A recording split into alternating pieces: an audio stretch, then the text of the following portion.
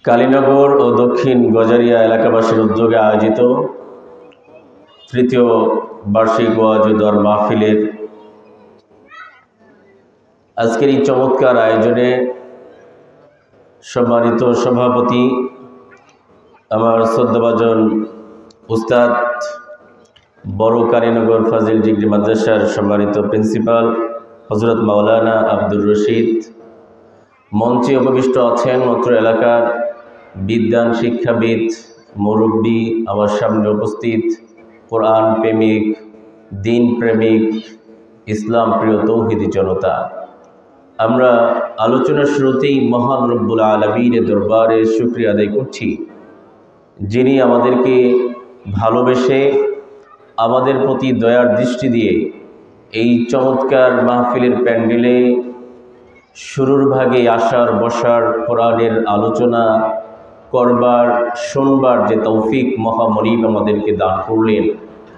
আমরা আমাদের মহান রব্বুল আলামিনের দরবারে অন্তরের অন্তঃস্থল থেকে কালিমাতুশ শুকর আদায় করে পড়ছি আলহামদুলিল্লাহ। প্রিয় ভাইরা, এই মাহফিলে আসতে পেরে আপনারা খুশি নাকি বেজার? কম নাকি বেশি?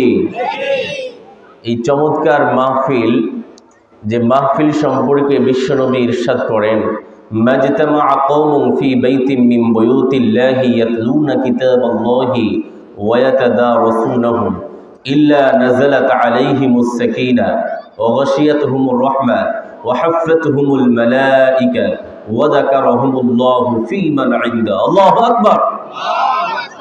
বিশ্বনবী আমাদেরকে বলেন, পৃথিবীতে আল্লাহ রাব্বুল আলামিনের এই বিস্তৃত পৃথিবীর মধ্য থেকে যে ঘরে, যে জায়গায়, যে প্যান্ডেলে বসে লোকেরা কুরআনুল কারীমের দার্স শুনে করে, আল্লাহ রাব্বুল আলামিন এই সকল বান্দাদের উপরে খাস রহমত সাকিনা নাজিল করতে থাকেন। সুবহানাল্লাহ। বিশ্বনবী বলেন, ওয়া গাশিয়াতুহুমুর রাহমা ওয়া হাফফাতুহুমুল মালায়েকা। শুধু তাই না, যে মাহফিলে বসে আলোচনা করা হয়, কোরআনের কথা বলা হয়, ওই মাহফিলের চারদিকটা আল্লাহ রাব্বুল আলামিনের রহমতের ফেরেশতারা ঘিরে রাখে। সুবহানাল্লাহ। শুধু তাই না, বিশ্বনবী আরো সুসংবাদ দেন, যারা এই রকম চমৎকার মাহফিলে বসে কোরআন শোনে, কোরআনের দাস শোনে, কোরআনের আলোচনা শোনে, নিজেদের মনে মনে প্রতিজ্ঞাবদ্ধ হয় কোরআন অনুযায়ী জীবন সাজাবে, কোরআন দিয়ে ব্যক্তি সাজাবে, সমাজ সাজাবে, পরিবার সাজাবে, কোরআন অনুযায়ী তার জীবনের প্রতিটি পদে পদে কোরআনের দিক নির্দেশনা অনুসরণ করবে। যারা কোরআনের আলোচনা শুনে শুনে করে করে এইভাবে প্রতিজ্ঞাবদ্ধ হয়, বিশ্বনবী বলেন, ওয়া যাকারাহুমুল্লাহু ফী মান ইনদা। আল্লাহ রাব্বুল আলামিনের সামনে যে সকল রহমতের ফেরেশতারা আছেন, আল্লাহ রাব্বুল আলামিন যারা এরকম আলোচনা শুনে তাদের ব্যাপারে আরশে আজিমে আলোচনা করতে থাকে। সুবহানাল্লাহ। প্রিয় ভাইরা, এবার বলেন, আপনারা খুশি নাকি বেজার? আরো একবার চিৎকার করে বলি আলহামদুলিল্লাহ। প্রিয় ভাইরা, আমি খুবই পরিচিত একটি সূরার 3টি আয়াত আপনাদের সামনে উপস্থাপন করেছি এবং বিশ্বনবী মুহাম্মদ রাসূলুল্লাহ সাল্লাল্লাহু আলাইহি ওয়াসাল্লামের অসংখ্য অগণিত হাদিস থেকে আমি একটি হাদিস আপনাদের সামনে উপস্থাপন করেছি। আমি আলোচ্য আয়াত এবং হাদিসকে কেন্দ্র করে মৌলিক কিছু কথা বলার প্রয়াস চালাবো। আল্লাহ রাব্বুল আলামিন আমাদেরকে শুনবার, আলোচনা করবার, আমলের নিয়তে তৌফিক দান করেন। আল্লাহুম্মা আমিন। প্রিয় ভাইরা, আমি যে সূরা থেকে আলোচনার আয়াতকে বেছে নিয়েছি, সূরার নাম হচ্ছে সূরাতুন নাজিআ। সূরার নাম কি? সূরাতুন নাজিআ। নাজিআ শব্দের অর্থ হলো প্রচেষ্টাকারী। আমি একবার একটা বই হাতে নিলাম, বইটার নাম হচ্ছে তুমিও জিতবে। এই বইটা লিখেছে একজন খ্রিস্টান যার নাম হচ্ছে শিব খোর। ওই বইটার ভূমিকাতে আমি পড়লাম, ভূমিকা লিখতে গিয়ে সে কুরআনুল কারীমের একটা আয়াত উপস্থাপন করেছে। জোরে বলেন সুবহানাল্লাহ। একজন খ্রিস্টান, সে মোটিভেশনাল একটা বই তুমিও জিতবে, এই বইয়ের ভূমিকাতে একটি আয়াত সে কোট করেছে। সে আয়াতটি হচ্ছে সূরাতুন নাজমের লাইসা লিল ইনসানি ইল্লা মা সাআ। আল্লাহ রাব্বুল আলামিন আয়াতে কারিমায় বলছেন, মানুষ যা চেষ্টা করে তাই পায়। সুবহানাল্লাহ। চেষ্টা ছাড়া কিছু হবে না, প্রচেষ্টা চালাইতে হবে। আর আমাদের আজকের যে সূরা আলোচনার বিষয়, সেই সূরার নাম হচ্ছে নাজিআ, এর অর্থ হচ্ছে প্রচেষ্টাকারী। সুবহানাল্লাহ। আর আমি যে হাদিসটি উপস্থাপন করেছি, এই হাদিসটি বর্ণনা করেছেন একজন প্রসিদ্ধ সাহাবী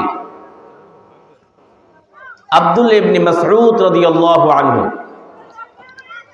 যে সকল সাহাবায়ে কেরাম প্রথম দিকে ইসলাম কবুল করেছেন, ইসলামের জন্য যাদের অবদান সবচেয়ে বেশি, যারা তাদের সর্বস্ব ত্যাগ করেছেন, প্রাথমিক যুগে যে সাহাবারা দ্বীন ইসলাম কবুল করে জীবনকে উৎসর্গ করেছেন, ওই সকল সাহাবাদের মধ্যে অন্যতম সাহাবী হচ্ছেন আব্দুল্লাহ ইবনে মাসউদ রাদিয়াল্লাহু আনহু।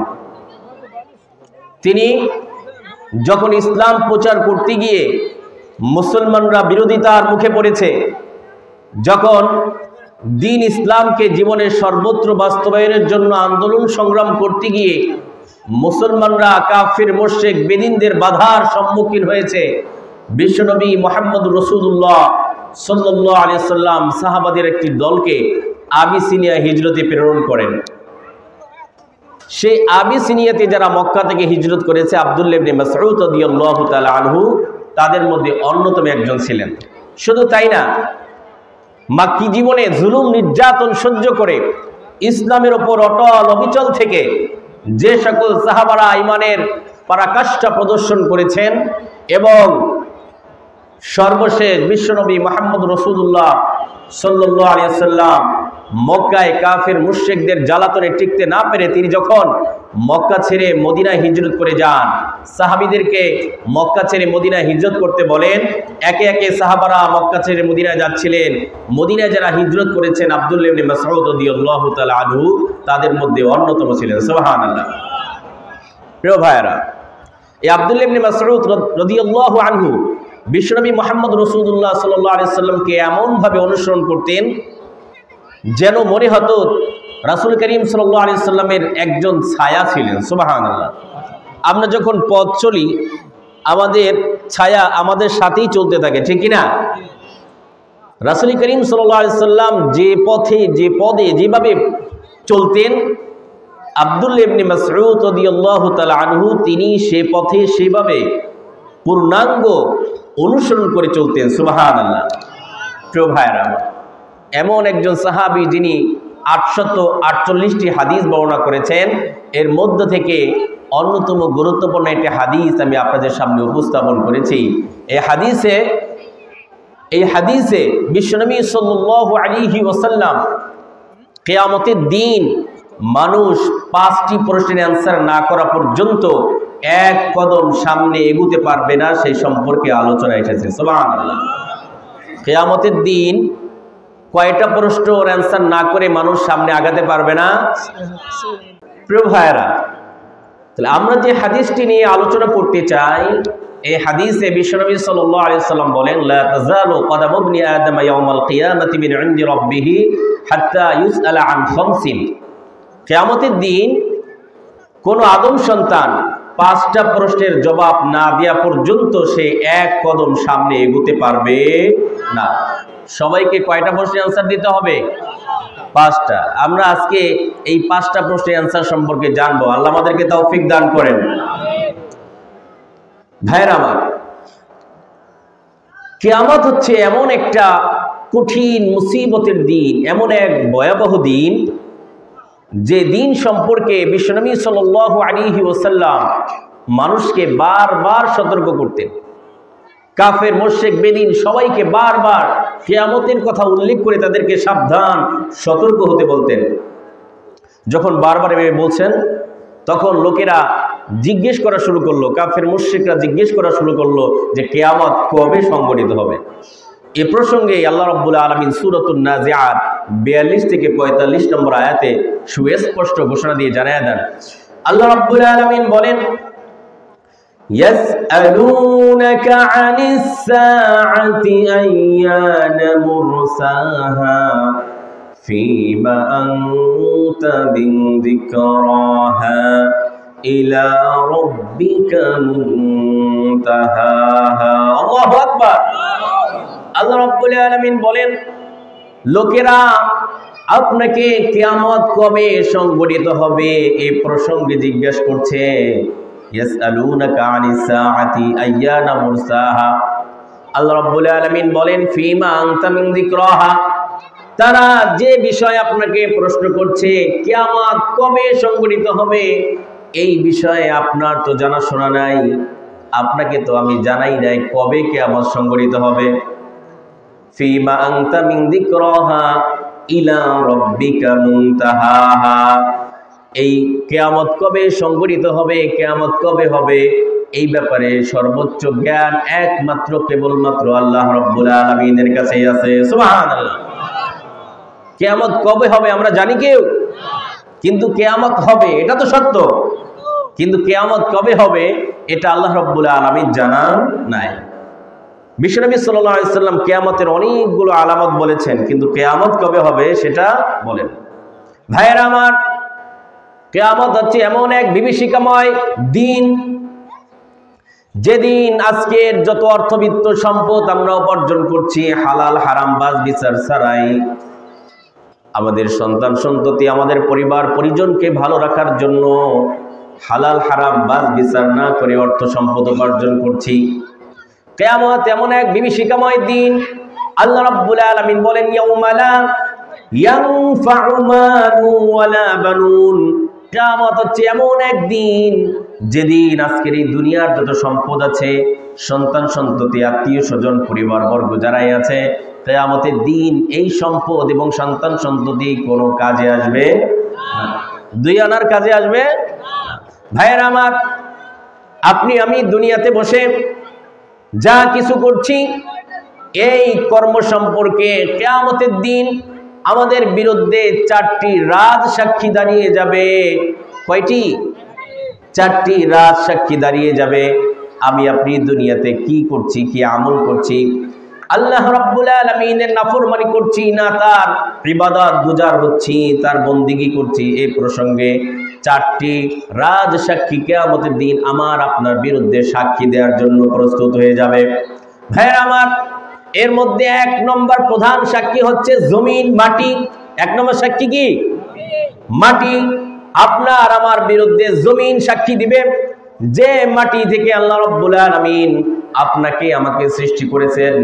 সূরা তাহার 55 নং আয়াতে আল্লাহ রাব্বুল আলামিন বলেন, মিনহা খলাকনাকুম ওয়া ফিহা নুঈদুকুম ওয়া মিনহা নুখরিজুকুম তারাতান উখরা। আল্লাহু আকবার। আল্লাহ রাব্বুল আলামিন বলেন, মিনহা খলাকনাকুম, আমি এই মাটি থেকে তোমাকে সৃষ্টি করেছি, ওয়া ফিহা নুঈদুকুম, এই মাটিতেই তুমি ফিরে যাবে, ওয়া মিনহা নুখরিজুকুম তারাতান উখরা, আবার দ্বিতীয়বার এই মাটি থেকেই তোমাকে উত্তোলন করা হবে। সুবহানাল্লাহ। আমরা তো মনে করি এটি পরিচিত একটি আয়াত এবং এটি হচ্ছে কবরে মাটি দেওয়ার দোয়া, ঠিক না? এটা কি কবরে মাটি দেওয়ার দোয়া? আপনারা কি বলেন, এটা কি কবরে মাটি দেওয়ার দোয়া? এটা কবরে মাটি দেওয়ার দোয়া না, বরং আল্লাহ রাব্বুল আলামিন আমাদেরকে এই মাটি থেকে সৃষ্টি করেছেন, এই মাটিতেই আমরা যাচ্ছি এবং এই মাটি থেকে উত্তোলন করা হবে, উত্থিত করা হবে। এই প্রসঙ্গে আমাদেরকে জিকির করায় দেওয়া, স্মরণ করায় দেওয়া, এটাই আল্লাহ রাব্বুল আলামিন এই আয়াত আমাদেরকে স্মরণ করে দিচ্ছেন। এটা মাটি দেওয়ার দোয়া নয়, বরং আমরা মাটি দেওয়ার সময় আয়াতটা পড়ে এটাই স্মরণ করি যে আমাদেরকে আল্লাহ রাব্বুল আলামিন এই মাটি থেকে সৃষ্টি করেছেন এবং এই মাটিতে আমরা ফিরে যাচ্ছি এবং সেখান থেকে একদিন আমাদেরকে আল্লাহ রাব্বুল আলামিনের কাছে জবাব দেওয়ার জন্য, প্রশ্নের উত্তর দেওয়ার জন্য আমাদেরকে উঠতে হবে। ঠিক কিনা বলেন? ভাইয়েরা আমার, এই জমিন কিভাবে আমাদের বিরুদ্ধে সাক্ষী দিবে? আমরা জমিন থেকে সৃষ্টি হয়েছি, এই জমিনে আমরা নানান জাতের নানান পদের শাকসবজি, আমাদের যাবতীয় বিষয়াদি এখানে ফসল ফলায় আমরা জীবন ধারণ করে থাকি। এই জমিনে আল্লাহ রাব্বুল আলামিন আমাদের জন্য কত কত নিয়ামত রেখেছেন। এই জমিনের মধ্যে রয়েছে স্বর্ণের খনি, রূপার খনি, তেলের খনি, গ্যাসের খনি সহ আল্লাহ রাব্বুল আলামিন এই জমিনে আমাদের জন্য শত শত নিয়ামত রেখে দিয়েছেন। এই নিয়ামত যখন আমরা ভোগ করি, এই নিয়ামত যখন আমরা উপভোগ করার পরে জমিনের রবের আল্লাহ রাব্বুল আলামিনের হুকুম আহকামকে লঙ্ঘন করে চলি, তার নাফরমানি করে চলি, জমিন তখন চায় আমাদেরকে জমিনের ভেতর নিয়ে তা আমাদেরকে শাস্তি দিতে, জমিন চায় তার ভেতরে গেড়ে দিতে। কিন্তু আল্লাহ রাব্বুল আলামিন জমিনকে সেই অর্ডার দেন নাই, কিন্তু একদিন আল্লাহ রাব্বুল আলামিন জমিনকে সেই নির্দেশ প্রদান করবেন। এই প্রসঙ্গে আল্লাহ রাব্বুল আলামিন বলেন, ইযা যুলজিলাতিল আরদু জিলজালাহা ওয়া আখরাজাতিল আরদু আসওয়ালাহা ওয়া ক্বালাল ইনসানু মা লাহা ইয়াওমা ইযিন তুহাদ্দিসু আখবারাহা বিআন্না রাব্বাকা আওহা লাহা। আল্লাহু আকবার। আল্লাহ রাব্বুল আলামিন বলেন, যখন ইদা যুলজিলাতিল আরদু জিলজালাহা, যখন মাটি জমিন তার নিজস্ব কম্পনে প্রকম্পিত হবে, ইদা যুলজিলাতিল আরদু জিলজালাহা ওয়া আখরাজাতিল আরদু আসকালাহা, জমিনের ভেতর যা কিছু আছে জমিন সব কিছুকে বের করে দেবে। ওয়া ক্বালাল ইনসানু মা লাহা, জমিন যখন তার ভেতরে যে খবরাখবর আছে, তার ভেতরে যে সংবাদ আছে, জমিনের উপর চলাচল করতে গিয়ে আমরা যে নাফরমানি করছি, জমিন থেকে ফসল উৎপন্ন করে ফসল খেয়ে জমিন থেকে আল্লাহ রাব্বুল আলামিনের নিয়ামত ভক্ষণ করে আমরা জমিনের রবের নাফরমানি করছি, যখন জমিন একে একে আমাদের বিরুদ্ধে সাক্ষ্য দেওয়া শুরু করে দিবে, তখন লোকেরা বলাবলি করবে, ওয়াকালাল ইনসানু মা লাহা, জমিনের কি হলো, সে আমাদের বিরুদ্ধে সাক্ষ্য দেওয়া শুরু করে দিয়েছে, আমরা কি অপরাধ, কোথায় কি করেছি, সব কিছু জমিন খোলা মনে আল্লাহ রাব্বুল আলামিনের সামনে পেশ করা শুরু করে দিয়েছে। ওয়াকালাল ইনসানু মা লাহা, আল্লাহ রাব্বুল আলামিন জানান, ইয়াউমা ইযিন তুহাদ্দিসু আখবারাহা, কিয়ামতের দিন আল্লাহ রাব্বুল আলামিন জমিনকে কথা বলার, ব্যাখ্যা দেওয়ার শক্তি দিয়ে দেবেন। সুবহানাল্লাহ। জমিন কথা বলবে। আপনি কোথায় দাঁড়িয়ে, কোথায় বসে, কোন জমিনের উপরে ওঠে আপনি অন্যায় করছেন, জুলুম করছেন, খুন করছেন, সুদ গ্রহণ করছেন, ঘুষ দিচ্ছেন, আপনি অন্যায়ভাবে মানুষকে ঠকাচ্ছেন, কোন জমিনে দাঁড়িয়ে, জমিন অকপটে সব কিছু আল্লাহ রাব্বুল আলামিনের কাছে প্রকাশ করে দেবে। সুবহানাল্লাহ।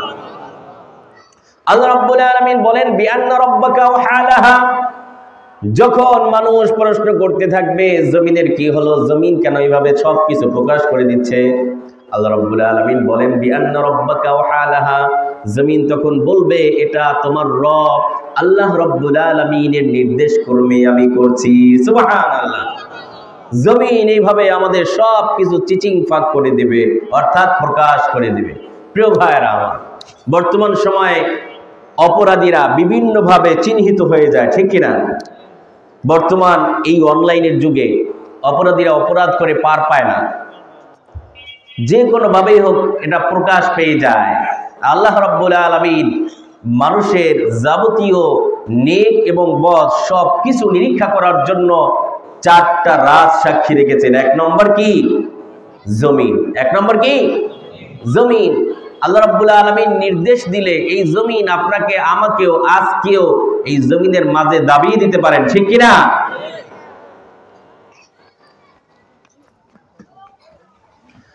ভাইয়ের আমার, মূসা আলাইহিস সালাতু ওয়াস সালামের সময় তার ভাই কারুন যার সম্পর্কে পবিত্র কুরআনুল কারীমে আল্লাহ রাব্বুল আলামিন বিস্তারিত আলোকপাত করেছেন।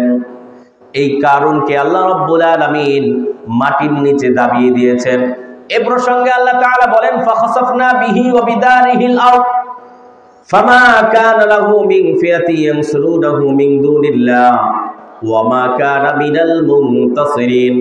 আল্লাহ রাব্বুল আলামিন বলেন, কারুন এবং তার যত প্রাসাদ সম্পদ সম্পত্তি আছে সব কিছু সহ আমি তাকে মাটির ভিতরে দাবিয়ে দিয়েছি। নাউযুবিল্লাহ। কারুনকে কেন আল্লাহ রাব্বুল আলামিন মাটির ভিতরে দাবিয়ে দিলেন, এ প্রসঙ্গে বিস্তারিত আলোচনা আল্লাহ রাব্বুল আলামিন কুরআনুল কারীমে 20 নম্বর পারায় স্পষ্টভাবে জানিয়ে দিয়েছেন। কারণ ছিল মূসা আলাইহিস সালাতু ওয়াস সালামের চাচাতো ভাই। কেমন ভাই? চাচাতো ভাই। কারণের অঢেল সম্পত্তি ছিল এবং সে তাওরাতের হাফেজ ছিল। তাওরাতের হাফেজ ছিল। এখন ছেলেরা কুরআনুল কারীমের হাফেজ হয় না? অনেকে হাফেজ হওয়ার পরেও নষ্ট হয়ে যায়, আছে না নাই? কোরআনের হাফেজ হয়েছে কিন্তু না মুখে দাঁড়িয়ে আছে, না ইয়াদ আছে, না সে মাদ্রাসায় পড়েছে, এর কোনো চেহারা সুরত আছে, ঠিক কিনা? কারণ ছিল তাওরাতের হাফেজ। মূসা আলাইহিস সালাতু ওয়াস সালামের চাচাতো ভাই কারুন, সে অঢেল সম্পদের মালিক ছিল। এত এত সম্পদ ছিল যে একদল যুবক ওই সম্পত্তি যে কোষাগারে রাখা ছিল তার চাবি বহন করে ক্লান্ত হয়ে যেত। কারণ মনে মনে ভাবছিল যে মূসা আলাইহিস সালাতু ওয়াস সালামের সঙ্গী এবং উপনবী আমি হতে পারবো, কিন্তু মূসা আলাইহিস সালাতু ওয়াস সালাম তার ভাই হারুন আলাইহিস সালাতু ওয়াস সালামকে আল্লাহ রাব্বুল আলামিনের দরবারে আবেদন জানানোর মাধ্যমে তাকেও নবী করে নিয়েছেন, ঠিক কিনা? কারণ হতাশাগ্রস্ত হলো, সে লোকদের সামনে অহংকার করতে শুরু করলো। তার অঢেল সম্পদ রয়েছে, এই সম্পদের কারণে তার মনে হিংসার জন্ম নিল। যখন সে চাকচিক্যময় পোশাক আশাক পরে তার সঙ্গী সাথী সকলের সামনে আসলো, লোকেরা তাকে বলল, কারণ এইভাবে অহংকার প্রদর্শন করো না, আল্লাহকে ভয় করো। মূসা আলাইহিস সালাতু ওয়াস সালাম কারুনকে বলল, ভাই কারণ তোমার সম্পত্তিতে বছরে এই পরিমাণ যাকাত আসে, তুমি তোমার সম্পত্তির যাকাত দিবে, সম্পত্তির যাকাত দিবে। আমাদের সম্পত্তিতেও যাকাত আছে না নাই? যদি সাহেবে নিসাব পরিমাণ সম্পত্তি কারো থাকে তাহলে এই সম্পত্তিতে প্রতি আরবি বছরে একবার তাকে যাকাত আদায় করতে হবে, ঠিক কিনা? 40 ভাগের 1 ভাগ, শতকরা 2.5%। ভাইরা আমার, যখন কারুনকে সম্পত্তির যাকাত দেওয়ার জন্য বলল, 1000 দিনারে 1 দিনার যাকাত, 1000 বকরি ছাগলে 1টা ছাগল যাকাত দিতে হবে। কারুন বাড়িতে এসে তার যাবতীয় সম্পত্তির হিসাব করে দেখলো, যদি আমি 1000 দিনারে 1 দিনার যাকাত দেই তাহলে আমার অনেক সম্পত্তি চলে যায়, অনেক সম্পত্তি চলে যায়। আমাদের সময় অনেক বিত্তবানরা এমন আছে না নাই, যারা আইসা হিসাব নিকাশ করে দেখে যে আহারে আমি তো কোটিপতি, আমি যদি যাকাত দেই তাহলে তো আমার অনেক টাকা যাকাত দিতে হয়, সুতরাং ঠোকা বাঁচা কিছু যাকাত দিয়ে নাম করে, ঠিক কিনা? আবার যাকাতের লুঙ্গি আছে না নাই, যাকাতের শাড়ি আনতে যায় 3-4 জন আবার পায়ে দলিত হয়ে মারা যায়, এমন ঘটনা ঘটে কিনা?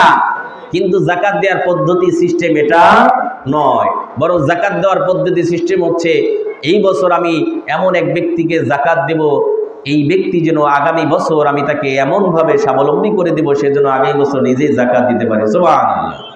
কিন্তু এই লুঙ্গি শাড়ি এগুলো পরে কি সে আগামী বছর যাকাত দিতে পারবে? ভাইরা আমার, যখন কারুনকে মূসা আলাইহিস সালাতু ওয়াস সালাম এইভাবে যাকাত আদায়ের কথা বলল, সে বাড়িতে এসে গুনে দেখলো তার অনেক সম্পত্তি যাকাত দিতে চলে যাবে। সে বাইরে বেরিয়ে আসলো, তার অনুসারী যারা ছিল তাদেরকে ডেকে ডেকে বলল, ভাইয়েরা আমার, এতদিন মূসা আলাইহিস সালাতু ওয়াস সালাম সে তো ভালোই ছিল, কিন্তু এখন সে আমাদের সম্পত্তির দিকে নজর দিয়েছে। কোন দিকে নজর দিছে?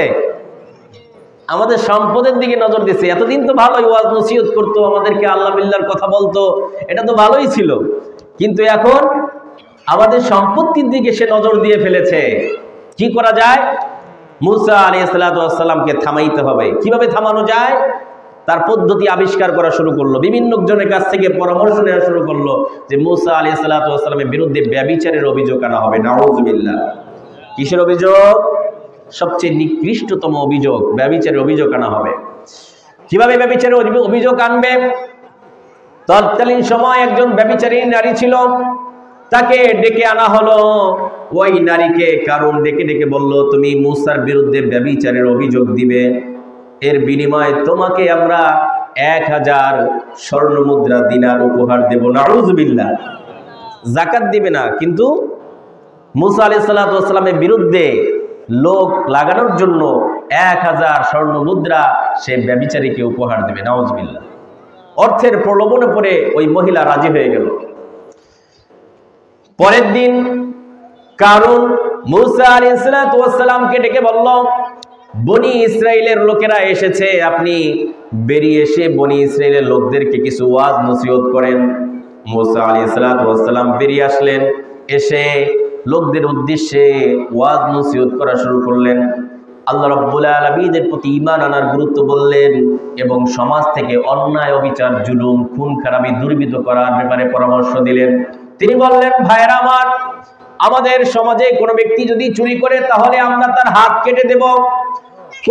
কোনো ব্যক্তি যদি ব্যভিচারের অপবাদ দেয় তাহলে আমরা তাকে বেত্রাঘাত করব।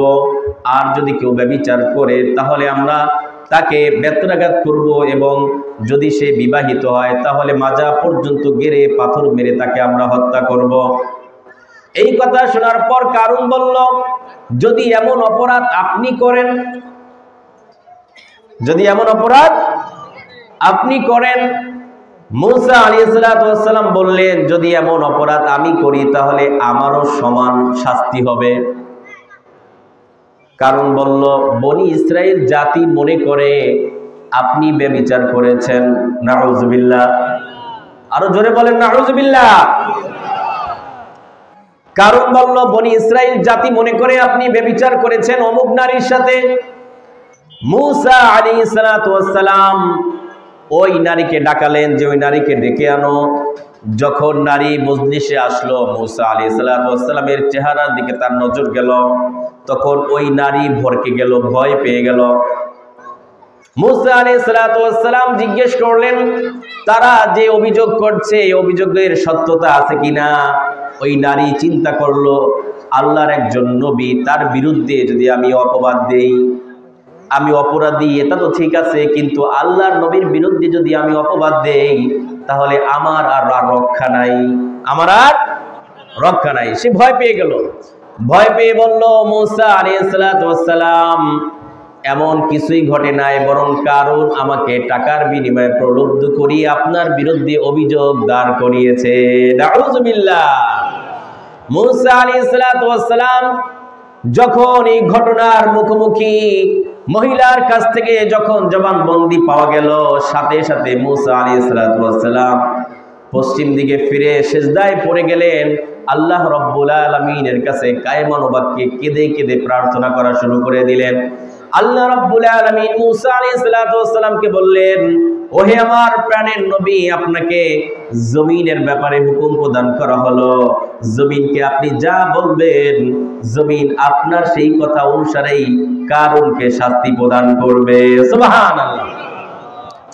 মুসা আলাইহিস সালাতু ওয়াস সালাম মাথা উত্তোলন করে জমিনকে নির্দেশ দিলেন, ইয়া আরদি খুদিহি, ইয়া আরদি খুদিহি।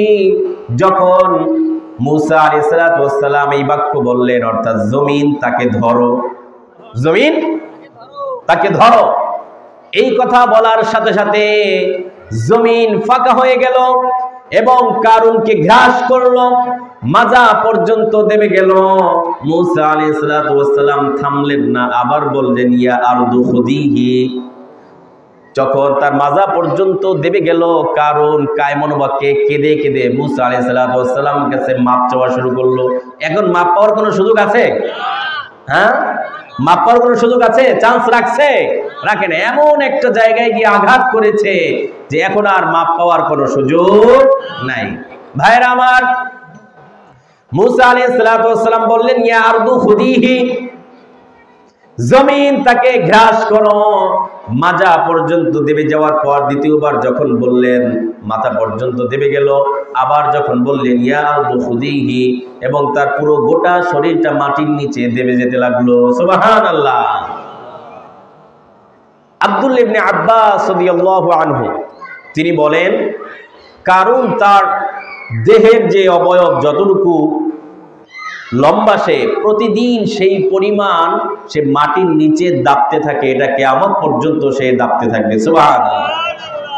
মাটি তাকে গ্রহণ করবে না, সে মাটির নিচে যেতে থাকবে। প্রিয় ভাইরা আমার, আজও যদি আল্লাহ রাব্বুল আলামিন জমিনকে বলেন, জমিন কিন্তু আপনার আমার বিরুদ্ধে সাক্ষী দিবে, জমিন আপনার আমাকে আজকেও কিন্তু গ্রাস করতে পারে, ঠিক কিনা? যখন আমরা অপরাধ করি তখন চিন্তা করা দরকার, তখন আমাদের চিন্তার উদয় হওয়া দরকার। আমি যে জমিনে দাঁড়িয়ে অপরাধ করছি, এই জমিন থেকে কত শত নিয়ামত আল্লাহ রাব্বুল আলামিন আমাকে দিয়েছেন, এবং এই জমিনের রব চাইলে আমাকে এই মুহূর্তে জমিনের ভিতরে যেতে দিতে পারেন, আমি দেবে যেতে পারি, ঠিক কিনা বলেন? এরকম চিন্তা ভাবনা যদি আমরা লালন করতে পারি, তাহলে আমাদের দ্বারা অপরাধ হওয়া সম্ভব না। ভাইয়েরা আমার, এইভাবে করে কিয়ামতের দিন আমাদের বিরুদ্ধে 1 নম্বর সাক্ষী দিবে জমিন, দ্বিতীয়ত আমাদের বিরুদ্ধে সাক্ষী দিবে ফেরেশতা। আমাদের বিরুদ্ধে সাক্ষী দিবে কারা? ফেরেশতা। আমরা তো অপরাধ করলেও অপরাধ অস্বীকার করি, আল্লাহ রাব্বুল আলামিন এমন এমন সাক্ষী হাজির রেখেছেন, অপরাধ অস্বীকার করলেও বাঁচার কোনো সুযোগ নাই। এই জন্য দুনিয়াতে থাকতে আমাকে আপনাকে চিন্তা করতে হবে, অপরাধ করা যাবে না। অপরাধ, সাক্ষী হাজির, একের পর এক সাক্ষী আমার বিরুদ্ধে অবস্থান নিচ্ছে। ভাইয়েরা আমার, আমাদের বিরুদ্ধে সাক্ষী দিবে ফেরেশতা।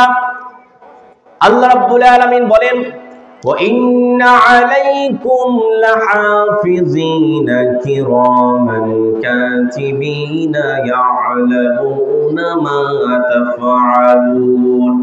আল্লাহ রাব্বুল আলামিন বলেন, তোমাদের জন্য ফেরেশতা নিযুক্ত করা আছে তত্ত্বাবধায়ক হিসেবে।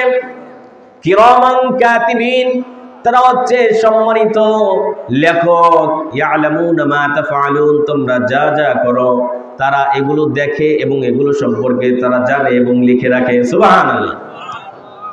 আমাদের দুই কাঁধে দুজন ফেরেশতা আছে কি নাই? তারা আমাদের আমলনামা, আমরা কি করছি, যদি কোনো নেকির কাজ করি সেটাও লিখে রাখে, যদি কোনো অন্যায় করি সেটাও লিখে রাখে। আমাদের সামনে একের পর এক দলিল হাজির হতে থাকবে। ভাইরা আমার, দুনিয়াতে সকল রাষ্ট্রে এই অপরাধ থেকে রাষ্ট্রকে মুক্ত রাখার জন্য বিভিন্ন বাহিনী আছে না নাই? আমাদের দেশেও আছে না নাই? পুলিশ, র্যাব, বিডিআর, সেনাবাহিনী, আরো অনেক বাহিনী আছে না নাই? তারপরে অপরাধ কম না বেশি? কম না বেশি? অপরাধ নির্মূল করা গেছে? যায়নি। যাদের দিয়ে ভূত তাড়াবো তাদের কি ধরছে? ভূতে, ঠিক কিনা বলেন? ভাইরা আমার, কিন্তু আমরা যদি চিন্তা করতে পারি, আমাদের দুই কাঁধে দুজন ফেরেশতা আছে, আমরা যা কিছু করছি, যে আমল করছি, আমরা সৎ করছি না অসৎ করছি, আমল সম্পর্কে ফেরেশতারা লিখে রাখছেন। এই চিন্তা যদি আমাদের মাথায় উদয় হয়, তাহলে অপরাধ থেকে বেঁচে থাকা সম্ভব কিনা? অপরাধ থেকে বেঁচে থাকা সম্ভব। আর দুনিয়াতে কোনো অপরাধী চাইলেই ঘুষ, অর্থবিত্ত উৎকোচের মাধ্যমে সে নাজাত পেতে পারে, মুক্তি পেতে পারে। অপরাধ করেছে, ঘুষ দেওয়ার মাধ্যমে যারা বাহিনী আছে তারা ছেড়ে দেয়, এমন নজির আছে না নাই? অপরাধীদের ঘুষের বিনিময়ে ছেড়ে দেয়, এমন নজির নাই? কিন্তু ফেরেশতারা ঘুষ টুস খাবে নাকি? খাবে না তো। তাদেরকে ঘুষ দিয়ে একটু লিখো না, আমি এই অপরাধটা করছি, তুমি এটা লিখো না, এটা দেখায়ও না, এমন করার সুযোগ আছে? ভাইরা আমার, আমাদের জন্য নিযুক্ত যে ফেরেশতা, সেই ফেরেশতা আমাদের আমলনামা সহ আল্লাহ রাব্বুল আলামিনের দরবারে হাজির হবেন। এই প্রসঙ্গে আল্লাহ তাআলা বলেন, ওয়াজাআত কুল্লু নাফসিন মাআহা সাইকুন ওয়া শাহীদ لقد كنت في غفلة من هذا فكشفنا عنك غطاءك فبصرك اليوم حديد الله أكبر الله رب العالمين বলেন وجاءت كل نفس معها سائق وشهيد কিয়ামতের দিন আল্লাহ রাব্বুল আলামিনের কাছে সায়েক এবং শাহিদ, একজন চালক এবং সাক্ষী আল্লাহ রাব্বুল আলামিনের সামনে হাজির হয়ে যাবে। আল্লাহ রাব্বুল আলামিন প্রতিটি মানুষের জন্য ফেরেশতা নিযুক্ত করে রেখেছেন। ওই ফেরেশতা যা যা লিপিবদ্ধ করে রেখেছে ওই লিপিবদ্ধ করা আমলনামা আল্লাহ রাব্বুল আলামিনের দরবারে হাজির করে দেবে। সুবহানাল্লাহ। আল্লাহ রাব্বুল আলামিন বলেন লাকাদ কুনতা ফি গাফলাতিন মিন হাযা। সেই দিন বলা হবে এই যে আমলনামা একজন ফেরেশতা আল্লাহ রাব্বুল আলামিনের দরবারে পেশ করছে এই সম্পর্কে দুনিয়াতে তুমি গাফেল ছিলে। লাকাদ কুনতা ফি গাফলাতিন মিন হাযা ফাকাশাফনা আনকা গিতাআকা ফাবাসরুকা আল-ইয়াওমা হাদীদ। আল্লাহ রাব্বুল আলামিন আজকে তোমার চোখের পর্দাটা সরায় নিয়েছেন, এই জন্য আজকে তুমি এগুলো স্পষ্ট দেখতে পাচ্ছ। সুবহানাল্লাহ। ওই দিন আমাদের সাথে যে ফেরেশতারা নিয়োজিত ছিল তারা আমাদের আমলনামা লিখে রেখেছে, এই আমলনামা পেশ করবে, আমরা সেগুলো স্পষ্ট দেখতে পাবো। প্রিয় ভাইরা আমার, ওই দিন ফেরেশতাদেরকে কোনো কিছু পেশ করার মাধ্যমে উৎকোচ, ঘুষ অথবা এটাকে আরো আধুনিক উপায়ে যদি হাদিয়া তোহফা বলি, এগুলো দিয়েও ফেরেশতাদের যে আমলনামা লেখা এগুলো বন্ধ করা যাবে না, এগুলো থেকে মুক্তি পাওয়া যাবে না। কিন্তু দুনিয়াতে সম্ভব, ঠিক না? দুনিয়াতে যদি আমরা অপরাধ করি, পুলিশ, র্যাব, বিডিআর এদের হাত থেকে মুক্তি পাওয়া সম্ভব কিনা? কিন্তু ওই দিন সম্ভব হবে। কমিট আছে, কমিট আছে, কতক্ষণ আছে? ও আচ্ছা আচ্ছা, ঘড়ি নাই না, মোবাইলটা এখানে দেন।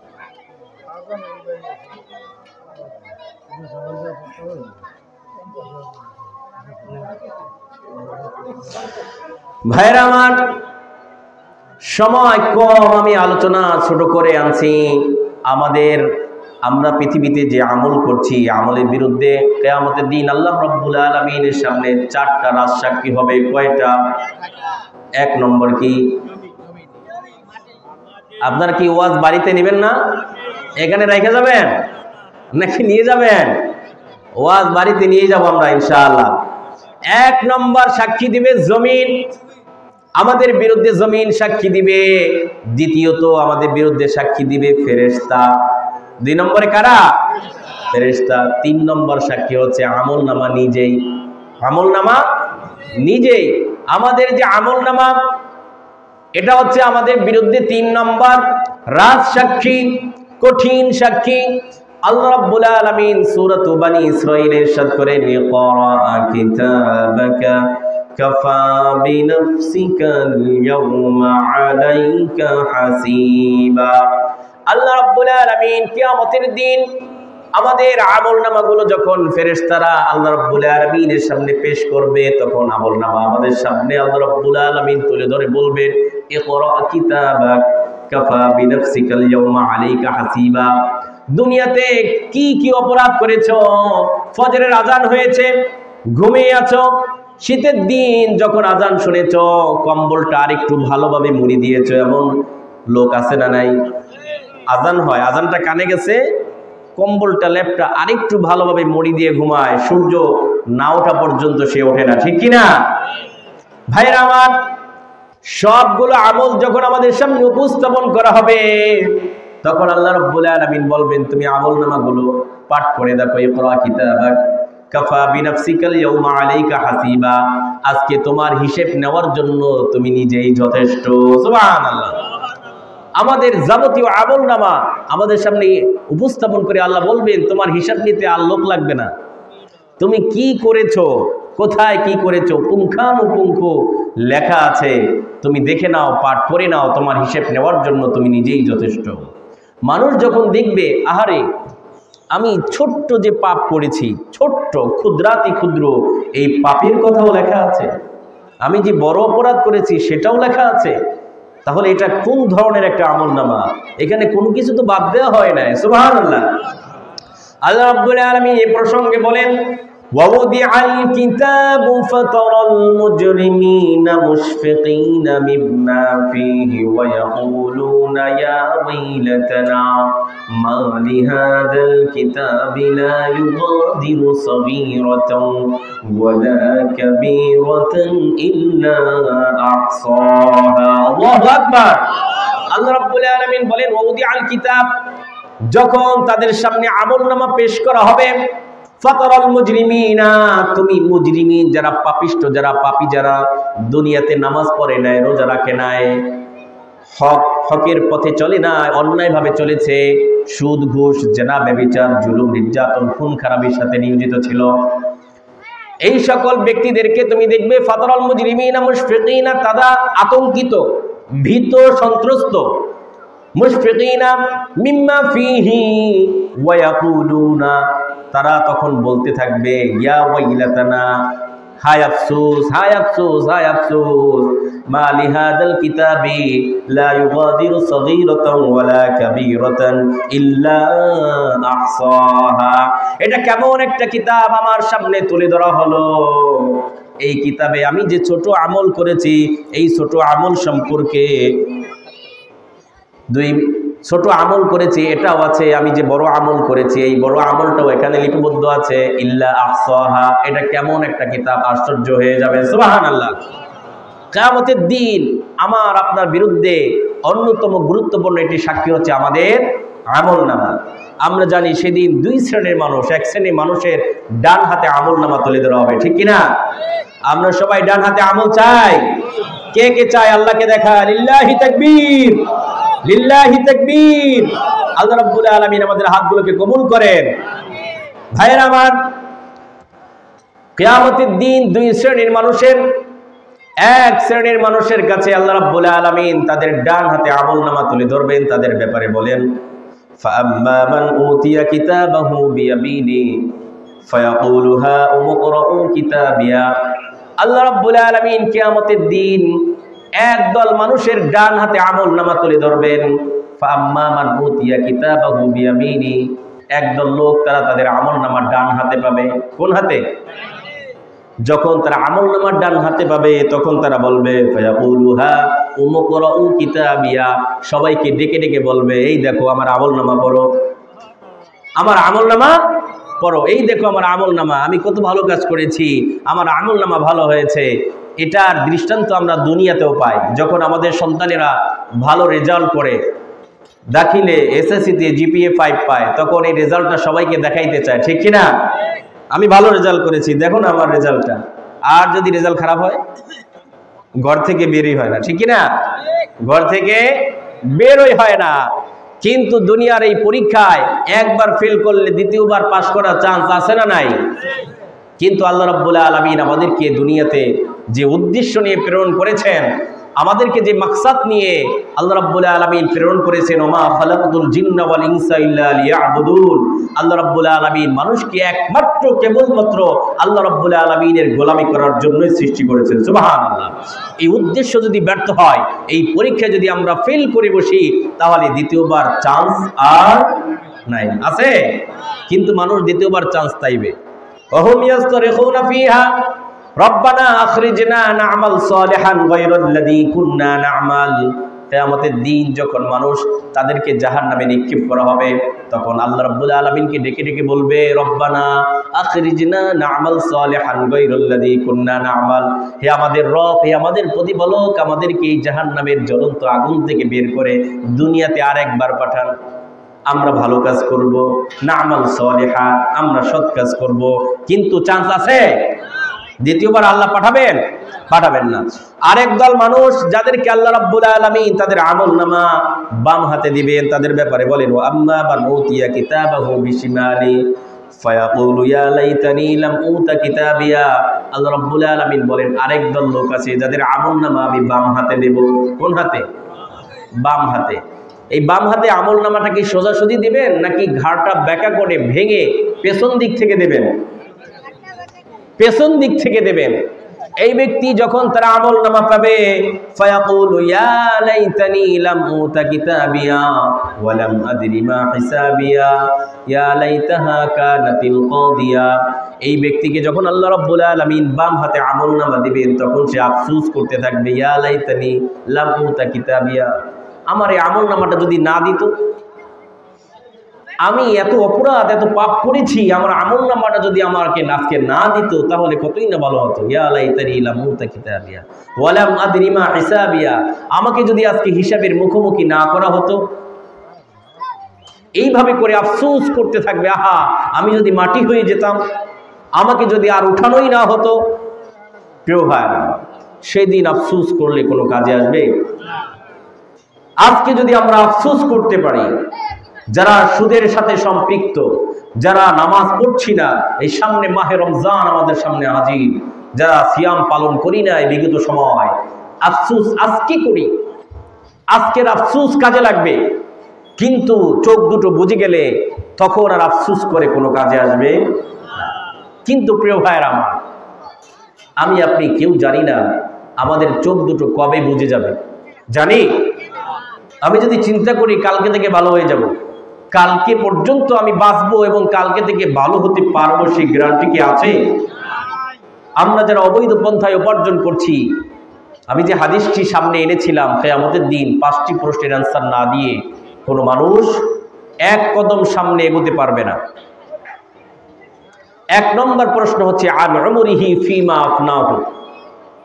আল্লাহ রাব্বুল আলামিন জিজ্ঞেস করবেন, তোমাকে এই চমৎকার একটা জিন্দেগি আমি দিয়েছি, 50, 60, 70, 80, 100, 110, 20 বছর পর্যন্ত এই যে আমি তোমাকে হায়াতে জিন্দেগির মতো একটি নিয়ামত তোমাদেরকে দিয়েছি, এই জিন্দেগিটা তুমি কিভাবে অতিবাহিত করেছো?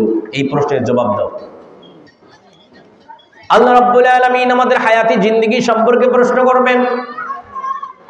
2 নম্বর প্রশ্ন ওয়ান শাবাবিহি।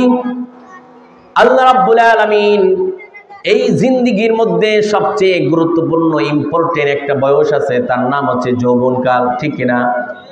এই যুবক বয়সে, যৌবনকালে যেভাবে শক্তি সামর্থ্য থাকে ভালো করার মন্দ করার, এটা বৃদ্ধ বয়সে থাকে না, শৈশব কৈশোরেও থাকে না। এই কারণে বিশ্বনবী বলেন কিয়ামতের দিন আরেকটা প্রশ্ন হবে ওয়ান শাবাবিহি ফিমা আবলাহু।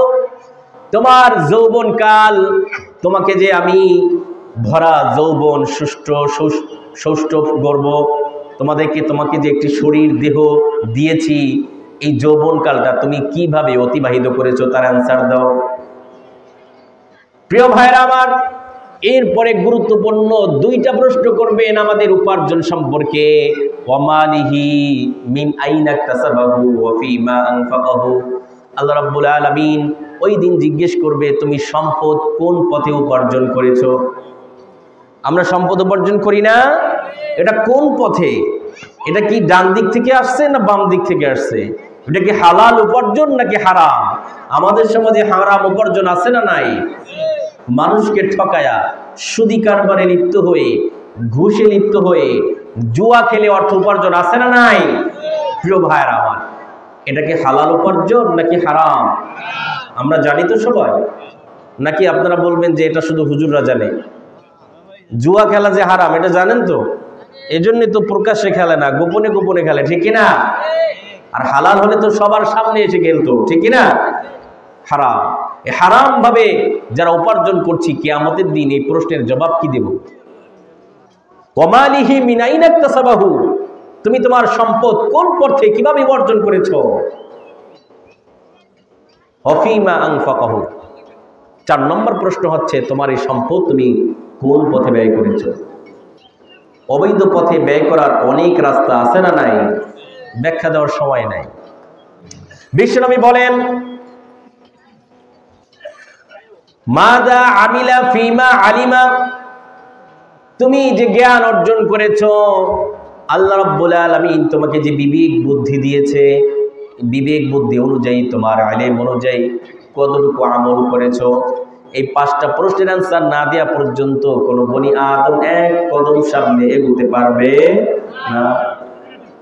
এই 5টা প্রশ্নের জবাব যদি সঠিক কেউ দিতে পারে তার জন্য জান্নাত, আর যদি এই প্রশ্নে গোজামিল চলে আসে, এই প্রশ্নের ভেতরে যদি আমি 5 নাম্বার না পাই, ফেল করি, তাহলে তার জন্য জাহান্নাম ছাড়া আর গতি নাই। এখন আপনি চিন্তা করুন, আপনি কি 5টি প্রশ্নের সঠিক জবাব দিতে পারবেন কিনা? চিন্তা করার সুযোগ আছে না নাই? আপনি ক্যালকুলেশন করেন, আমার আয় কিভাবে হচ্ছে, আমি আমার জীবনকে কিভাবে অতিবাহিত করছি, আমি কি আল্লাহর হুকুম, বিশ্বনবীর দেখানো আদর্শ পথে আমি কি চলছি কিনা, আমার উপার্জন কোন পথে, আমার ব্যয় কোন পথে, আমাকে আল্লাহ যতটুকু ইলম দিয়েছেন আমি সেই ইলম অনুযায়ী আমল করছি কিনা, এই চিন্তা করার সুযোগ আছে না? আপনি এর ফলাফল বের করতে পারবেন আপনি আসলে জান্নাতের পথে আছেন নাকি জাহান্নামের দিকে হেঁটে বেড়াচ্ছেন, ঠিক কিনা ভাইরা? সুতরাং আজকে থেকে আমরা সিদ্ধান্ত নেই এই 5টি প্রশ্নের অ্যান্সার দেওয়ার জন্য আমাদের যেভাবে মানসিকভাবে প্রস্তুতি নেওয়া দরকার, আমাদের যেভাবে হালাল উপার্জন আমাদের জিন্দিগি আল্লাহর হুকুমে রঙিন করা দরকার এবং অবৈধ পন্থায় উপার্জন এবং খরচ করা থেকে যেভাবে আমাদের বিরত থাকা দরকার, আজকে থেকে আমরা সেভাবে চলবো, পারবো ইনশাআল্লাহ। আল্লাহ রাব্বুল আলামিন আমাদেরকে তৌফিক দান করেন। 4 নম্বর রাজসাক্ষী হচ্ছে আমাদের অঙ্গ প্রত্যঙ্গ। 4 নম্বর রাজসাক্ষী কি? আমাদের অঙ্গ প্রত্যঙ্গ। এটা বলেই আমি শেষ করছি আজকের আলোচনা। আল্লাহ রাব্বুল আলামিন এই প্রসঙ্গে বলেন, আল-ইয়াওমা নাখতিমু আলা আফওয়াহিহিম ওয়া তুকাল্লিমুনা আইদিহিম ওয়া তাশহাদু আরজুলুহুম বিমা কানু ইয়াকসিবুন। সূরা ইয়াসিনের পরিচিত আয়াত। আল্লাহ রাব্বুল আলামিন বলেন, যখন মানুষকে এই সকল দলিল দস্তাবেজ উপস্থাপন করা হবে তখন এই মানুষ অস্বীকার করা শুরু করবে, না এমনটা আমরা করি নাই, ফেরেশতারা নিজেদের মন গড়া লিখছে, জমিন আমার বিরুদ্ধে চলে গেছে, ফেরেশতারা আমাদের বিরুদ্ধে চলে গেছে, এইভাবে করে যখন সে উল্টাপাল্টা বলতে শুরু করবে তখন তার মুখে আল্লাহ রাব্বুল আলামিন মোহর মেরে দেবে, সুবহানাল্লাহ। এরপরে হাত কথা বলা শুরু করবে, পা কথা বলা শুরু করবে, ত্বক কথা বলা শুরু করবে। ওয়াকালু লিজুলুদিহিম লিমা শাহিদতুম আলাইনা, তখন আফসোস করে বলবে, আহারে আমার শরীর, আমার দেহ, আমার হাত, আমার পা আমার বিরুদ্ধে আজকে সাক্ষী দিচ্ছে। ওয়াকালু লিজুলুদিহিম লিমা শাহিদতুম আলাইনা ক্বালু আনতাকাল্লাহু আল্লাযী আনতাকা কুল্লা শাই, তখন আমাদের দেহ, আমাদের প্রতিটি পশমের গোড়া, আমাদের ত্বক তখন জবাব দিবে, সেই আল্লাহ রাব্বুল আলামিন আমাদেরকে কথা বলার মতো শক্তি দিয়েছেন, যিনি সব কিছুকে কথা বলার শক্তি দান করেন, সুবহানাল্লাহ। প্রিয় ভাইরা, আমাদের জীবনটা, আমরা যেহেতু জীবন একটাই, চান্স একবারেই, সুতরাং এই জীবনটা আমরা সুন্দর করব, পারবো ইনশাআল্লাহ। সকল ধরনের হারাম থেকে নিজেদেরকে মুক্ত করব, হালালে নিজেদেরকে সম্পৃক্ত করব। ওমা খালাকতুল জিন্না ওয়াল ইনসা ইল্লা লিয়াবুদুন, যে উদ্দেশ্যে আল্লাহ রাব্বুল আলামিন আমাদেরকে প্রেরণ করেছেন সেই উদ্দেশ্য বাস্তবায়নের জন্য চেষ্টা করব। আল্লাহ রাব্বুল আলামিন আমাদেরকে তৌফিক দান করেন। আজকের এই চমৎকার মাহফিল সফল হোক এবং এ থেকে আমরা শিক্ষা নিয়ে আমাদের জীবনের জন্য আমরা বাস্তবায়িত করতে পারি। আল্লাহ আমাদেরকে তৌফিক দান করেন। আপনারা আমাকে সবাই চেনেন, আমি আপনাদের কাছে বিনীত দোয়া চেয়ে আলোচনা শেষ করছি। আল্লাহ রাব্বুল আলামিন আমাকে দিনের কাজে, দিনী খেদমতে মৃত্যু নিয়োজিত রাখেন, সেই প্রার্থনা করছি আল্লাহর কাছে, আপনাদের কাছে দোয়া চাই। আল্লাহ রাব্বুল আলামিন আমাদের সবাইকে কবুল করেন। আল্লাহুম্মা আমিন। ওয়া মা আলাইনা ইল্লাল বালাগ। আসসালামু আলাইকুম ওয়া রাহমাতুল্লাহি ওয়া বারাকাতুহু। আলহামদুলিল্লাহ, পবিত্র মাগরিবের নামাজের পর থেকে এই দীর্ঘ সময় হযরত মাওলানা হাফেজ দিদার মাহাদির জবান থেকে আমরা যে মূল্যবান কোরআন সুন্নাহর আমল থেকে মূল্যবান নসিহত শ্রবণ করলাম, আল্লাহ তাআলা আমাদের সকলকে আমল করার তৌফিক দান করুন, সকলে বলি আমিন।